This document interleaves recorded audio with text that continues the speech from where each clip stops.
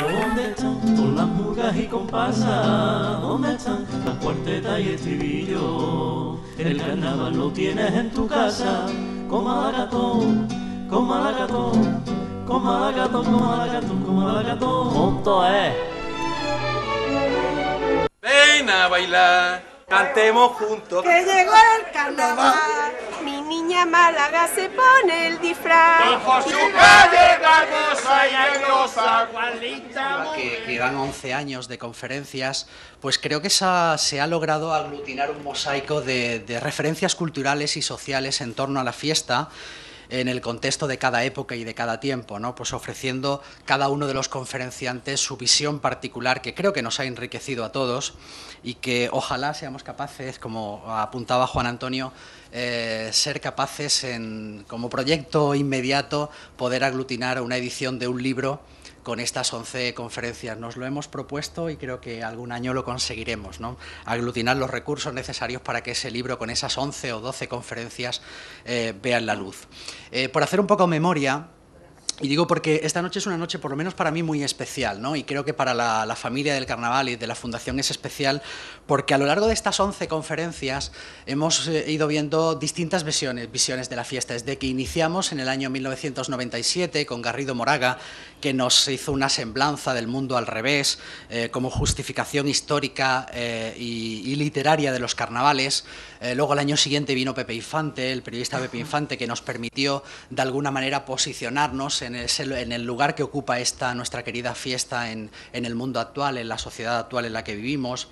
También participó en estas conferencias Ruiz Noguera, que nos hizo una muy interesante conferencia en la que abordó pues todo ese conjunto de estéticas que el carnaval ha dado al arte, y creo que ya nos aportó una visión muy interesante. También la conferencia del profesor Elías de Mateo, hace ya algunos años, que nos recordó y creo que puso un poco en aquella conferencia de hace ya bastantes años el primer paso a lo que podrían ser cuáles fueron los primeros momentos del carnaval en Málaga, y especialmente en el carnaval pues más añorado y más recordado por nuestros abuelos. De hecho, la conferencia se tituló El carnaval de nuestros abuelos, que fue el carnaval del primer tercio del siglo XX, ¿no? Y el carnaval republicano especialmente. Luego tuvimos la visión poética y pictórica de Pepe Bornoy, que también nos ofreció una muy linda conferencia.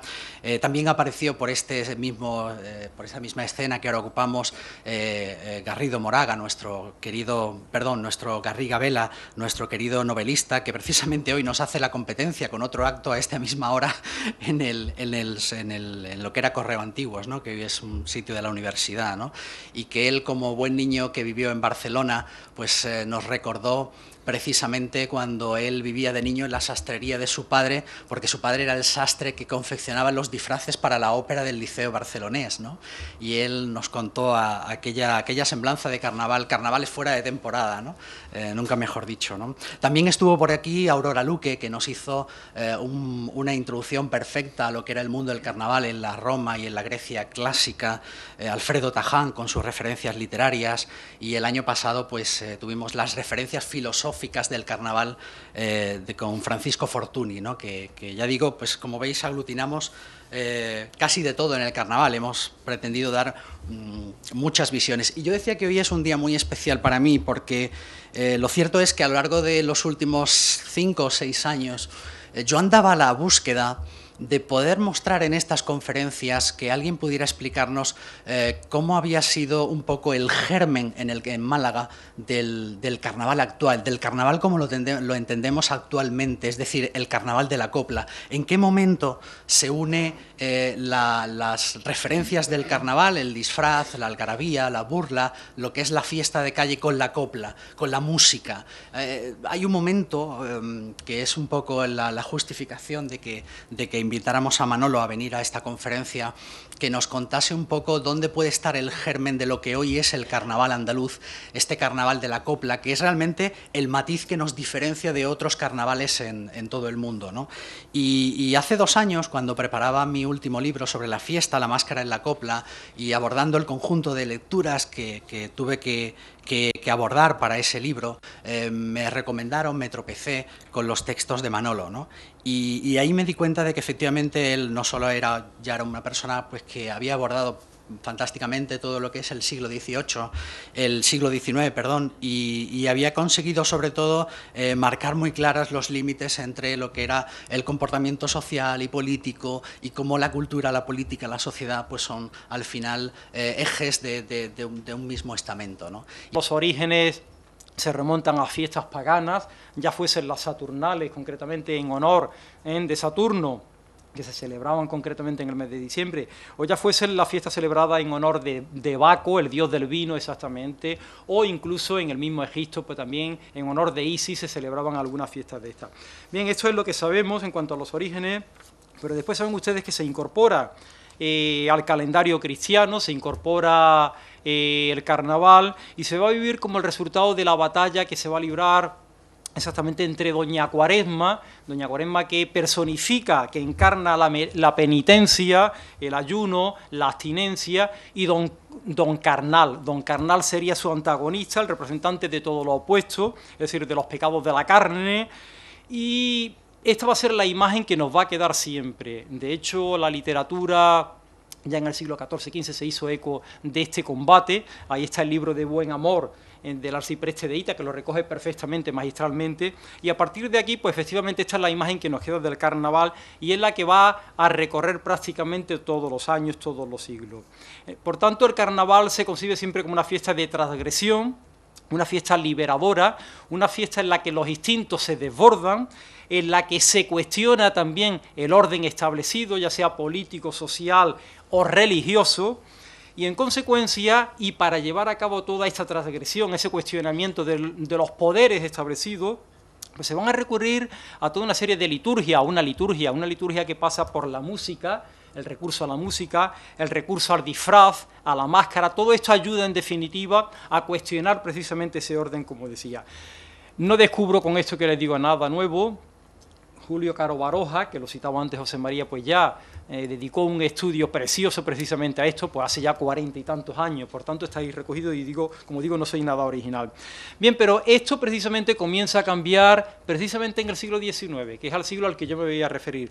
Exactamente en torno a las últimas décadas, los años 80, 90 comienza a cambiar en unas ciudades españolas antes que en otras, y cambia porque el siglo XIX es el siglo, probablemente a lo mejor no tenga mucho sentido aquí, pero es el siglo de la revolución liberal burguesa, lo comentaba antes también José María, es el siglo de la burguesía, del ascenso de la burguesía, y que se va a configurar como clase hegemónica, como clase dominante.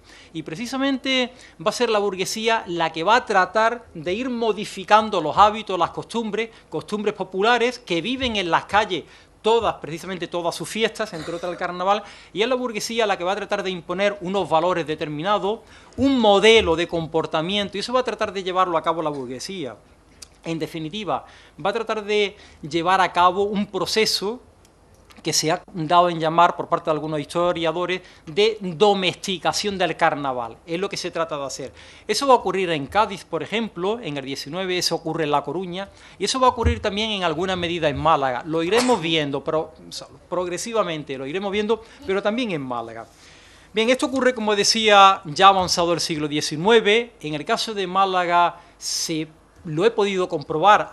Después de la invitación me han hecho trabajar, pues bien, lo he podido comprobar como en torno a los años 80, 90 hay estos intentos por domesticar, por encauzar en definitiva las pasiones que se desbordaban con el carnaval, pero mientras esto llegaba había actuaciones, evidentemente, actuaciones en la calle, pero también actuaciones, se vivía el carnaval también en los espacios cerrados a los que antes se refería José María, espacios de sociabilidad de los cuales se había ido dotando la burguesía malagueña desde los años 40, el Liceo, por ejemplo, malagueño, que nace en el año 42, el Círculo Mercantil, que nace ya a principios del año 60, el Círculo López de Vega, toda una serie de círculos, de casinos, etcétera, de la burguesía.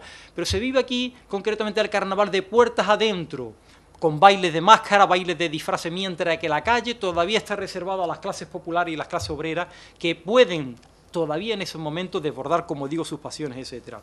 Bien, esto es lo que empieza a cambiar exactamente. Y mientras llega ese cambio, al mismo tiempo que esto está ocurriendo en esos años 40 y 50, pues van a ir naciendo toda una serie de sociedades musicales que recurren concretamente a la copla, a satírica muchas veces, pero que no tienen un calendario fijo. No son sociedades que de alguna manera, como hoy en día va a ocurrir, o incluso en la Segunda República, en el Cádiz de la postrimería del franquismo, o aquí después de la transición, que comparsas, agrupaciones, etcétera, viven el carnaval exclusivamente, se preparan en todos los sentidos para el carnaval. No, estas sociedades tienen un calendario muy amplio de actividades, pues por ejemplo el Día del Corpus, pues por ejemplo el carnaval, como decía, pero también la Navidad, el Día de los Inocentes. El Día de los Inocentes iba a ser un día muy señalado para que estas comparsas que comienzan a aparecer, estas sociedades musicales, den de alguna manera rienda suelta a esas inquietudes culturales, sociales, etcétera, que tenían. En este contexto de los años 50, como digo, 40-50, es cuando nacen, por tanto, algunas de estas comparsas. Algunas puntualmente ya habían hecho su presencia, actos de presencia en años anteriores. De hecho, el mismo Gaspar Melchor de Jovellanos, en una obra que tiene dedicada a las diversiones públicas en España de finales del 18, recoge cómo concretamente, en el caso de Málaga, por ejemplo, con un motivo muy determinado, como era la coronación de Carlos IV a finales del año 1788, pues aparece ya una comparsa que va a estar integrada por individuos, concretamente del gremio de los sastres, y que va a entonar distintos himnos en honor de las virtudes del monarca.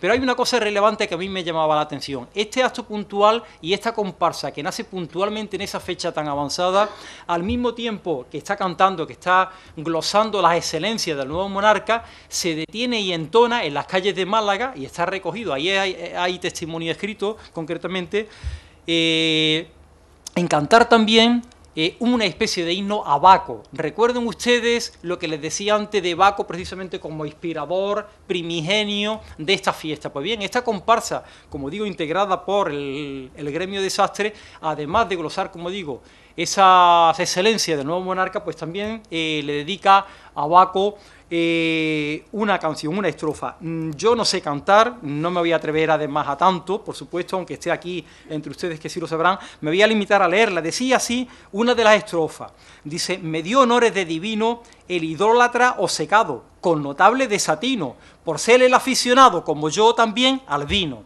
En definitiva, estaban cantando las excelencias del monarca y al mismo tiempo estaban cantando las excelencias del vino, de beber. Fíjense ustedes la dualidad precisamente a la que antes se refería también José María. Esto está presente, como digo, ya a finales del 18, y esta va a ser de alguna manera la nota dominante en las sociedades que empiezan a prodigarse, a aparecer a partir de los años 50-60. No son muchas, no quiero dar la impresión cuando digo esto de que va a proliferar, van a ser centenares de ninguna de las maneras, van a ser puntuales en estas sociedades, pero sí que tienen una vida, algunas de ellas, relativamente extensa. Le voy a dar algunos nombres de comparsa que aparecen en estos años, sobre todo porque me han parecido interesantes. Una de ellas, la primera que he podido comprobar que aparece a mediados de los años 50, se llamaba la comparsa Pata de Cabra.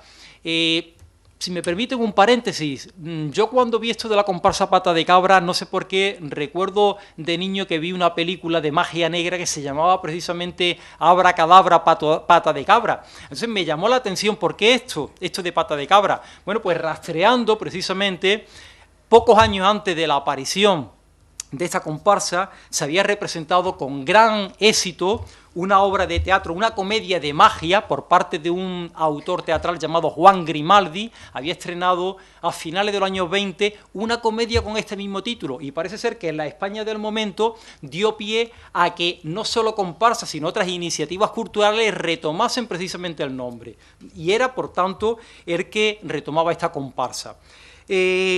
Otras comparsas que aparecen en estos momentos era la capilla vocal de la Casa de Socorros, una capilla vocal de la Casa de Socorro que va a tener una vida relativamente extensa, como yo decía antes, se va a prolongar entre el año 53 en que nace y el año 64, algo llamativo si tenemos en cuenta que en toda la vida cultural malagueña en el 19, no solamente en las sociedades musicales, sino en general en la vida cultural malagueña, la vida de todas estas iniciativas fueron muy breves, muy cortas.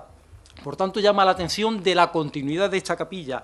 Aparece también una coral de San Felipe que tenía su sede en la parroquia del mismo nombre y que, entre otras actuaciones, pues formó el coro en una fantasía bíblica llamada La Estrella de Belén, que se representó en lo que entonces era el Teatro del Príncipe Alfonso en la Navidad del año 63 en Málaga.